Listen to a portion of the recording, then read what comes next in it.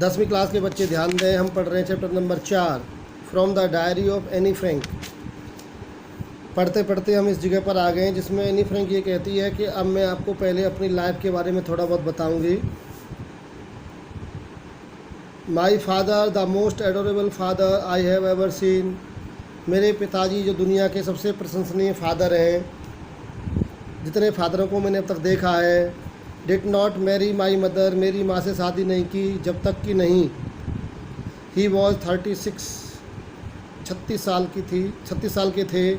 And C was 25 और वह 25 साल की थी। कहने का मतलब ये है कि मेरे पिताजी की शादी जब हुई जब उनकी उम्र 36 साल की थी और मेरी माँ की उम्र 25 साल की थी। अपने परिवार के बारे में बता रही है।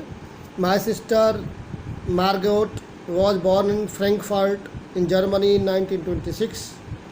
मेरी बहन जिसका नाम मार्गोट है वो फ्रैंकफर्ट शहर में पैदा हुई जो जर्मन देश में है। 1926 में पैदा हुई। आई वॉज बॉर्न ऑन 12 जून 1929 और मैं खुद 12 जून 1929 को पैदा हुई। पैदा होने के बाद I lived in Frankfurt until I was 4। 4 साल की उम्र तक तो मैं फ्रैंकफर्ट में ही रही। My father एमिग्रेटेड to Holland in 1933।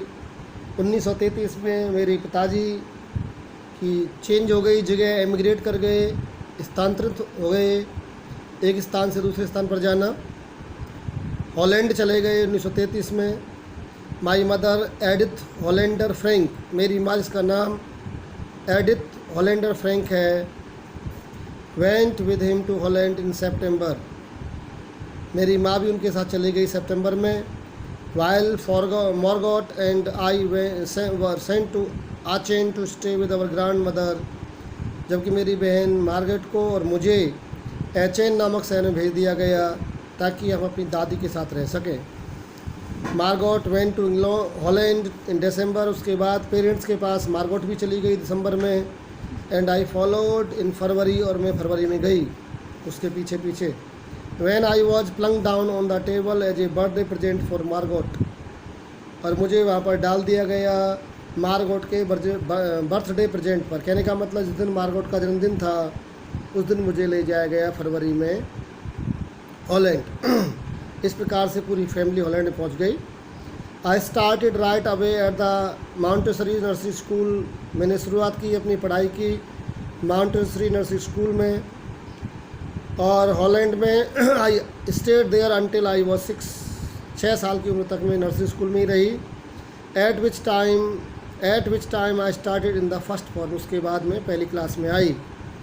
In the 6th form my teacher was Mrs Kuperus the headmistress. जब मैं 6ठी क्लास में पढ़ती थी तो मेरी टीचर थी श्रीमती क्यूप्रस जो हमारी हेड मिस्ट्रेस थी। At the end of the year, साल के अंत में, we were both in tears as we said a heartbreaking farewell. और साल का अंत होते होते हम दोनों को आंसुओं के साथ विदाई लेनी पड़ी क्योंकि हमने एक दूसरे को हृदय दुखाने वाली विदाई दी। इन द समर ऑफ 1941, 1941 की गर्मी में ग्रैंड माँ फेल इल, दादी बीमार हो गई। And I had to have an operation, और उसे ऑपरेशन करवाना पड़ा। So my birthday passed with little celebration. इसलिए मेरा जन्मदिन बिना किसी सेलिब्रेशन के, बिना किसी उत्सव के ही चला गया। ग्रैंड माँ डाइड इन जनवरी 1942। 1942 की जनवरी में दादी माँ भी गुजर गई। No one knows how often I think of her. कोई नहीं जानता कि मैं अपनी दादी के बारे में कितना सोचती हूँ। एंड स्टिल लव हर, और उसे अब भी प्यार करती हूँ। This birthday celebration in 1942 was intended to make up for the other. 1942 का ये बर्थडे का सेलिब्रेशन इस इरादे से मनाया गया था कि दूसरी चीज़ों की भी भरपाई हो सके। जैसे and grandma's candle was lit along with the rest, और मेरे जन्मदिन की मोमबत्तियों के साथ दादी माँ की याद में भी मोमबत्तियाँ लगा दी गईं। The 4 of us are still doing well. अब हम 4 बचे हैं, मम्मी पापा और हम दोनों बहनें। हम ठीक ठाक जीवन जी रहे हैं। And that brings me to present date of 20 June 1942।